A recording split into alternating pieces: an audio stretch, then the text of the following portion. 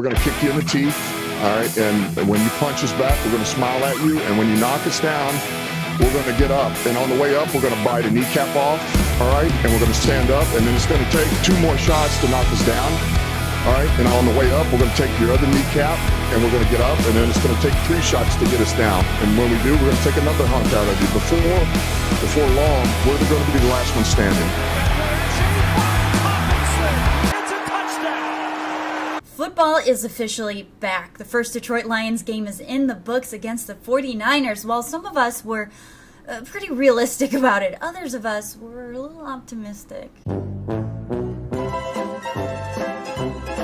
Really thought I was doing something there, didn't I? Anyway, let's get into it. The Lions fell to the San Francisco 49ers with a final score of 41-33.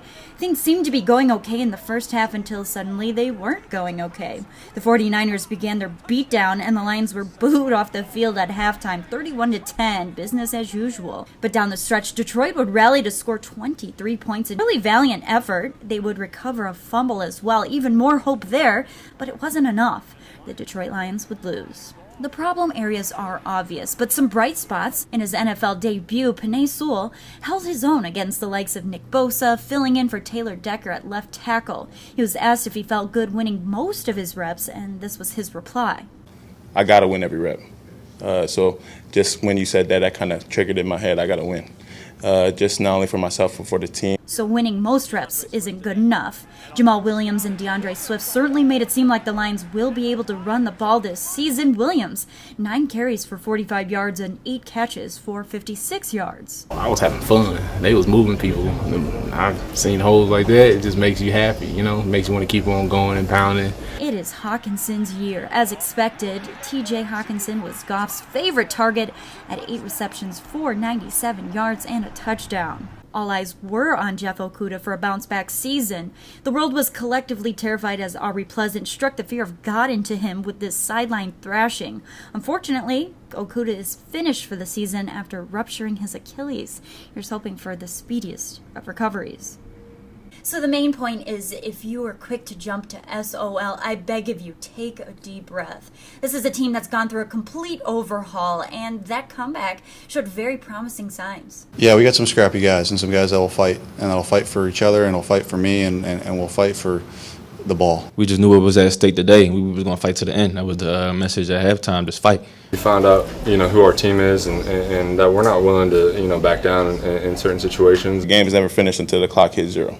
Just keep playing it for what it is. As bad as it can be, or even as good as it can be, the game is not over till it's over. Are you sensing a theme here? Again, this is against a team that's expected to be a Super Bowl contender. This is not the same old Lions. They certainly don't speak like the same old Lions. The same old Lions would not be able to rally for any sort of comeback. The same old Lions would shoot themselves in the foot over and over with these ridiculous mistakes and really silly penalties.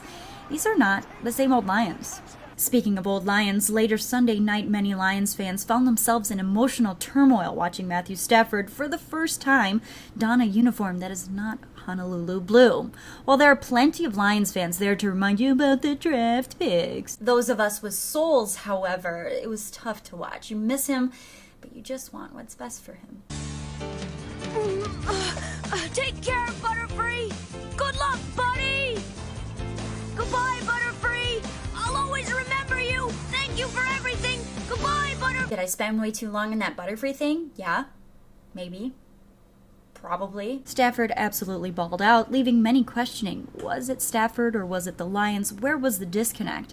I think the answer is pretty obvious there, but somehow some people still remain confused.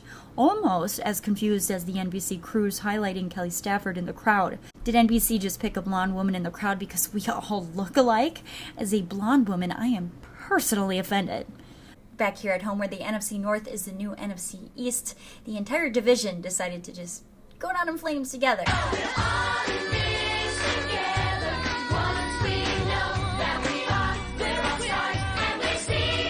guess unity is important during this divisive time. And with that, this has been the Rowe Report. I'm Kelly Rowe with Pride of Detroit. Cheers to a new season, everybody. And a rebuild that's going to make this season feel very long. Really long. Super long. Very long. It's going to be very long.